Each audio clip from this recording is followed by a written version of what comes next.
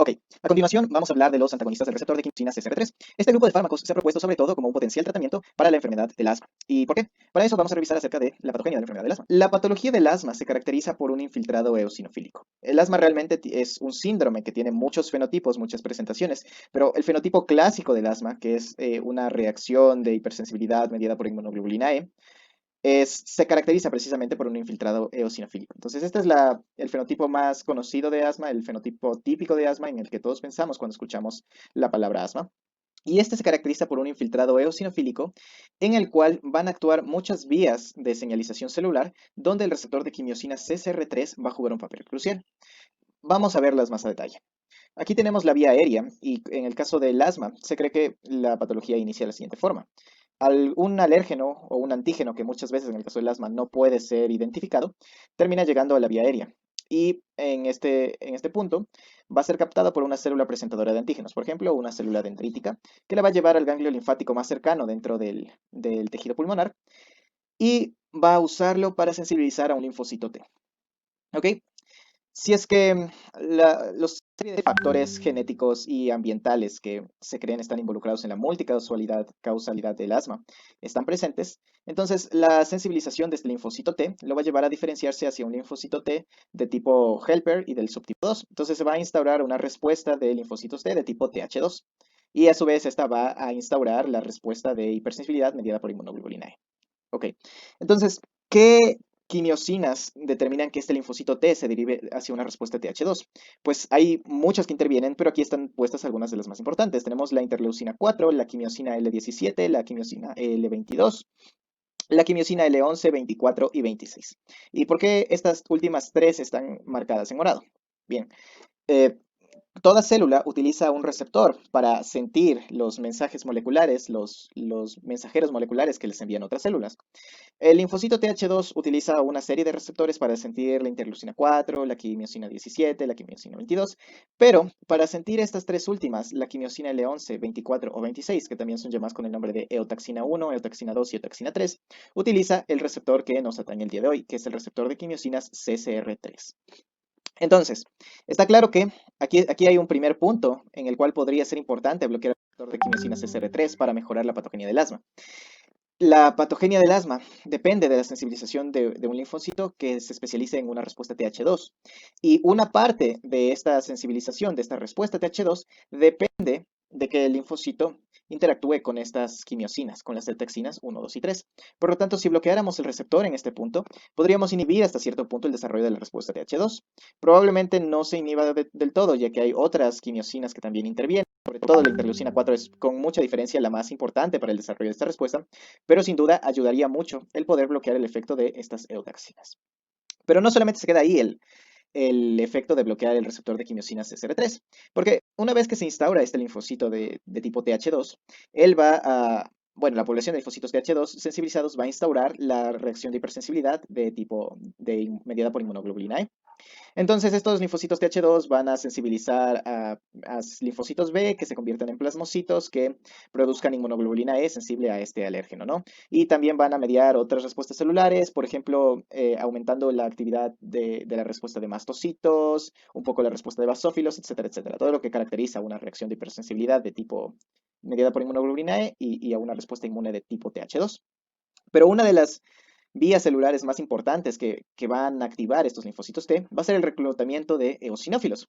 Porque claro, una reacción de hipersensibilidad mediada por inmunoglobulina E quiere decir básicamente que un plasmocito, una célula B, produce inmunoglobulina E y esta inmunoglobulina E se ensambla en los receptores eosinofílicos para inmunoglobulina y los eosinófilos de esta forma, los eosinófilos que son células del sistema inmune innato, se vuelven sensibles hacia este alérgeno o antígeno específico, como si fueran parte del sistema inmune adaptativo.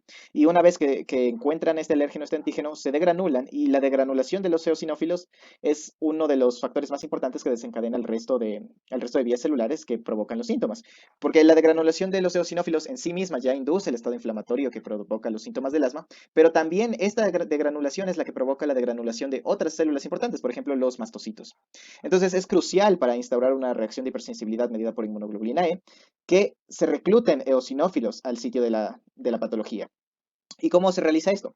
Pues el linfocito de TH2 va a producir los siguientes señalizadores moleculares. El primero y uno de los más frecuentes es la interleucina 5. Pero de nuevo, el linfocito Th2 vuelve a producir todas estas quimiosinas, la quimiosina L11, 24 y 26, las llamadas eotaxinas 1, 2 y 3. Porque precisamente esta es la función principal de estas quimiosinas. El nombre mismo lo dice, eotaxinas. Son quimiosinas, es decir, que tienen una función quimiotáctica de reclutamiento de células, pero son quimiosinas específicas para eosinófilos, por eso se llaman eotaxinas. ¿Y cómo es que el eosinófilo siente estas eotaxinas y se dirige al sitio de la patología? Pues lo hace a través de su receptor de quimiosinas CCR3, que también se expresa en eosinófilos, no solo en linfocitos T. De hecho, el principal receptor de los eosinófilos es el receptor de quimiosinas CCR3, con mucha diferencia. En los linfocitos Th2, por ejemplo, el receptor de quimiosinas CCR3 es un miembro más, una población menor, un grupo menor dentro de toda la población de receptores de su membrana, pero en los eosinófilos este es el receptor principal que se expresa en la membrana. Entonces, he aquí otra razón más para bloquear el receptor de quimiosinas CCR3. Estaríamos bloqueando de golpe la actividad de tres señalizadores moleculares muy importantes en el reclutamiento de eosinófilos, estas tres eotaxinas. Y no solo eso, sino que además este efecto es amplificable porque el eosinófilo, los eosinófilos que son reclutados al sitio de la patología, a su vez producen más interleucina 5 y otra vez vuelven a producir la quimiosina L11, la eotaxina 1. ¿Por qué? Porque de esta forma se empieza a producir esta eotaxina y esta interleucina 5 en grandes cantidades en sangre y cuando se depleten, se reduzca la población de eosinófilos disponibles circulando en sangre, porque todos están migrando a la vía aérea, al sitio de la patología, estos señalizadores moleculares van a terminar llegando a la médula ósea, donde van a sensibilizar a células hematopoyéticas que tengan el receptor de quimiosinas CCR3 para que se diferencien en eosinófilos y migren a la sangre y luego migren a la vía aérea. De modo de que así se sigue garantizando que siga existiendo un infiltrado eosinofílico en el sitio de la patología del asma y que nunca se deplete la población de estas células. Entonces aquí hay otra razón más para bloquear el receptor de quimiosinas CCR3, porque también bloquearíamos la respuesta de las células hematopoyéticas para diferenciarse en más eosinófilos para infección. Y son solo algunas de las razones por las que sería útil bloquear el receptor de quimiosinas CCR3. Hemos mencionado que este receptor se expresa en eosinófilos, en células hematopoyéticas, en linfocitos T, pero no es la única población celular donde se expresa. También se ha visto que está expresado, por ejemplo, en el epitelio de la vía aérea, lo cual es extraño porque no sabemos cuál es su función expresada en las células epiteliales, pero muy probablemente también está involucrado en el desarrollo de la patología. De modo que, en general, aunque la patogenia del asma tiene muchas vías celulares que no todas se muestran aquí, una de las vías más importantes y cruciales para que se desarrolle esta respuesta mediada por inmunoglobulina E que deriva en la patología del asma es esta que estamos viendo aquí, que es el reclutamiento de eosinófilos. Y por eso resultaría útil para tratar el asma bloquear esta vía. Entonces, históricamente esto se ha hecho a través de intentando bloquear la actividad de la interleucina 5, que aparece en estos dos lados de la vía y que de hecho tiene una actividad muy fuerte y muy importante en estos tramos de la vía. Lo que se ha hecho históricamente es utilizar anticuerpos dirigidos contra interleucina 5 para bloquear el reclutamiento de eosinófilos. Y lo que se ha visto es que bloqueando interleucina 5 se consigue disminuir el infiltrado eosinofílico. Se inhibe un poco, pero no se disminuye completamente. Sigue habiendo reclutamiento eosinofílico y aunque hay una mejoría de los síntomas, no, no se los, no se los reduce por completo.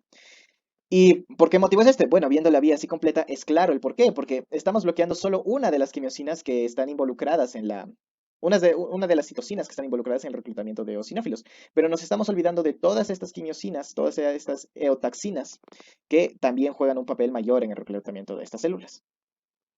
Y por ello, se piensa que bloqueando el receptor de quimiosina CCR3 encontraríamos una bala mágica para el tratamiento del asma que se obtendría resultados mucho mejores bloqueando el receptor de quimiosina CCR3 que bloqueando la actividad de interleucina 5, por ejemplo. De hecho, se dispone de estudios en animales, en murinos, donde se utilizan anticuerpos dirigidos contra el receptor de quimiosina CCR3.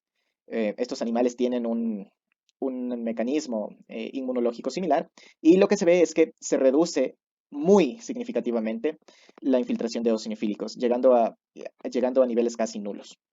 Eh, en humanos no estamos seguros de que la respuesta vaya a ser tan dramática porque hay otras vías implicadas, por ejemplo la de interleucina 5 y hay otras más que no hemos mencionado, pero sin duda es un resultado muy prometedor el visto en murinos, lo que nos hace pensar de nuevo que bloqueando el receptor de quimiosina CCR3 se podría tratar muy bien la patología del asma.